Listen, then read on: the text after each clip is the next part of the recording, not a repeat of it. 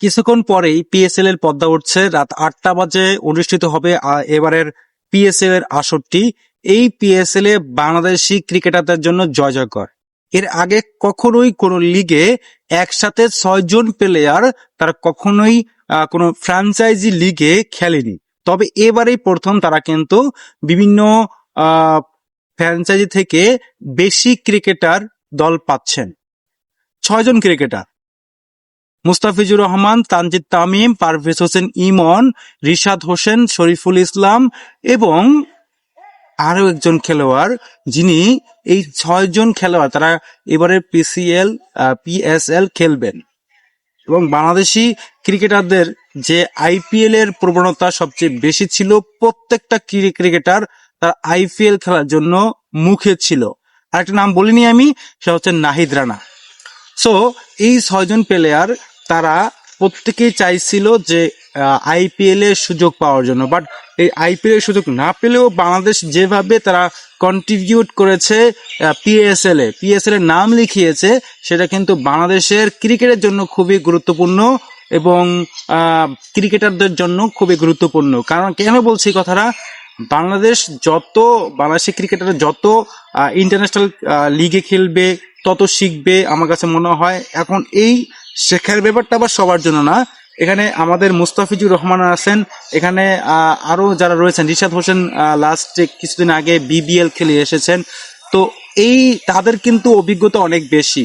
তবে পারভেজ ইমন, তানজিদ তামিম তারা কিন্তু কখনো কোনো লিগ খেলেনি, এবারে তারা প্রথম লিগ খেলতে যাচ্ছে। সো এই জায়গাটিতে তানজিদ তামিম ওরা সবাই কিন্তু খুবই গুরুত্বপূর্ণ তাদের জন্য হয়ে উঠছে। পারভেজ ইমন এবারের আসরে টপ রান গেটারের মধ্যে ছিলেন, তানজিদ তামিম মোটামুটি ছিলেন। সো এরা কিন্তু ভালো কিছু খেলতে পারলে এটা কিন্তু দলের জন্য খুবই গুরুত্বপূর্ণ, বাংলাদেশের ক্রিকেটের জন্য খুবই গুরুত্বপূর্ণ হয়ে আসবে। 6 জন ক্রিকেটার তারা প্রপারলি সুযোগ পেলে আমি মনে করি পারভেজ ইমন তিনি যথেষ্ট ভালো করবেন আমার কাছে মনে হয়। তানজিদ তামিম তিনি রেগুলার না হলেও তিনি 2-1টা ম্যাচে ভালো পারফরমেন্স করতে পারেন, ম্যাচ উইনিং পারফরমেন্স তিনি কিন্তু করতে পারেন, এটা আমার কাছে ব্যক্তিগতভাবে মনে হয়। মুস্তাফিজুর রহমান আপনি অল টাইম, আমার কাছে মনে হয় যে লাহোর কালান্দার্স মুস্তাফিজকে নিয়ে এক প্রকার জয় নিয়েছে। কারণ মুস্তাফিজুর রহমান যে কাটার এবং শাহিন শাহ আফ্রিদি, হারিস রৌফ, এই 3 জন বোলার যে পরিমাণ বোলিংটা করে থাকেন, মুস্তাফিজুর ডেড ওভার এবং শাহিন শাহ আফ্রিদি ডেড ওভারে বল করলেন, এই দলের থেকে রানটা স্লো ওভারে বেশি কিন্তু নিতে পারবে না। মুস্তাফিজুর কিরকম বোলার আমরা সবাই জানি।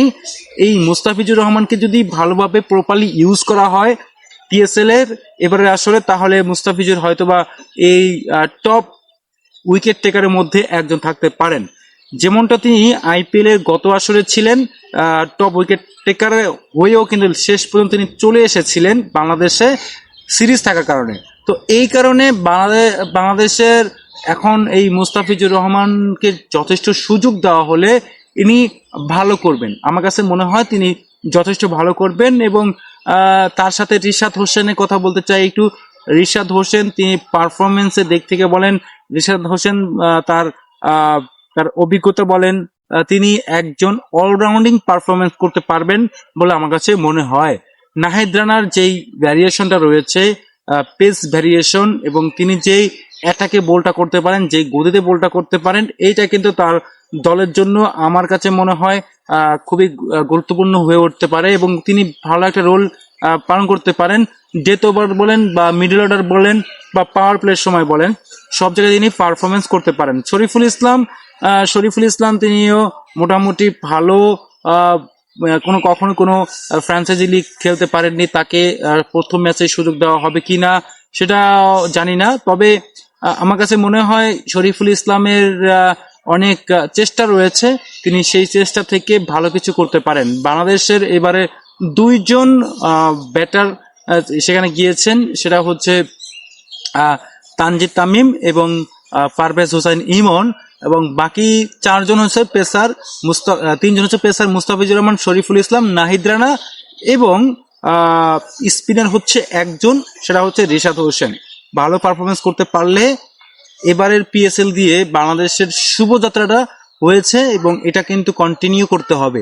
আমরা যেরকম বিপিএল এর সময় পাকিস্তানি প্লেয়ারদের সবাইকে নিয়ে আসি, ছোটখাটো সব প্লেয়ার আমাদের নিয়ে আসি, আমরা আমাদের দেশ থেকে অনেক পাকিস্তানি ক্রিকেটার উঠে আসছে, তারা হয়তোবা তারা সুযোগ দেয় নাই, বাট পিপিএল এ ভালো খেলে তারা সুযোগ পেয়েছে জাতীয় দলে, এমনটাও আছে। তো সেই জায়গাতে ভালো একটা কম্বিনেশন হবে। এবং আপনি যদি আইপিএল এর কথা চিন্তা করেন, আইপিএল পিএসএল এই দুইটা আপনি হয়তোবা বলতে পারেন টাকার অঙ্ক অনেক বেশি আইপিএল এর, এত কিছু এই মানে জাঁকজমকপূর্ণ। সো আইপিএল থেকে মানুষ এখন মুখ সরিয়ে নেবে, কারণ ওই যে মোস্তাফিজুর রহমান ইস্যুকে কেন্দ্র করে যে ঘটনাটা ঘটছিল সেটা কিন্তু সবাই দেখেছে, সবাই বুঝেছে।